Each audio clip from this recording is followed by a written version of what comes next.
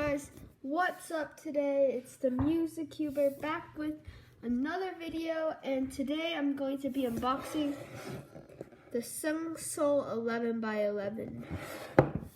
So basically, I got this cube from the cubicle, and after opening it, the box is pretty much the same with my 10x10. And so I hope it's not that bad. Like my 10x10 popped probably about 2 times. And so let's see how good it is. So this is the cube right now. Let's just take it from its packaging.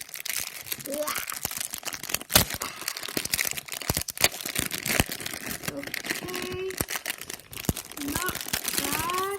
It's pretty greasy, I think, because of the loop. First turn, not bad. Wait. It's dirty. What could have happened? But besides that, I feel like this is a pretty good cube.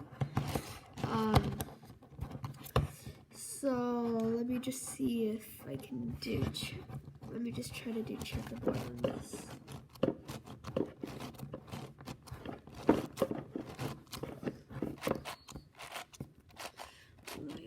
This is taking such a long time.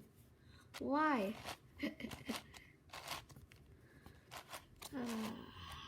Wait. Oh wait. Okay, good. I thought I messed something up. Okay, so I finally got it into this kind, but now I just still have to do the last side. So I really hope this thing doesn't pop.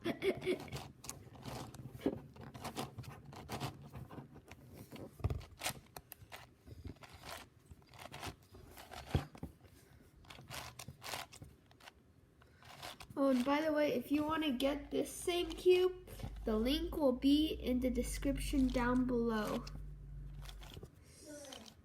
So, alright, we've already done this side and this side, so we're finally on the last one. Alright, okay.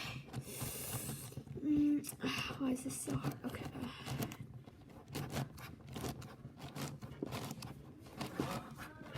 Sorry if the camera's not that good.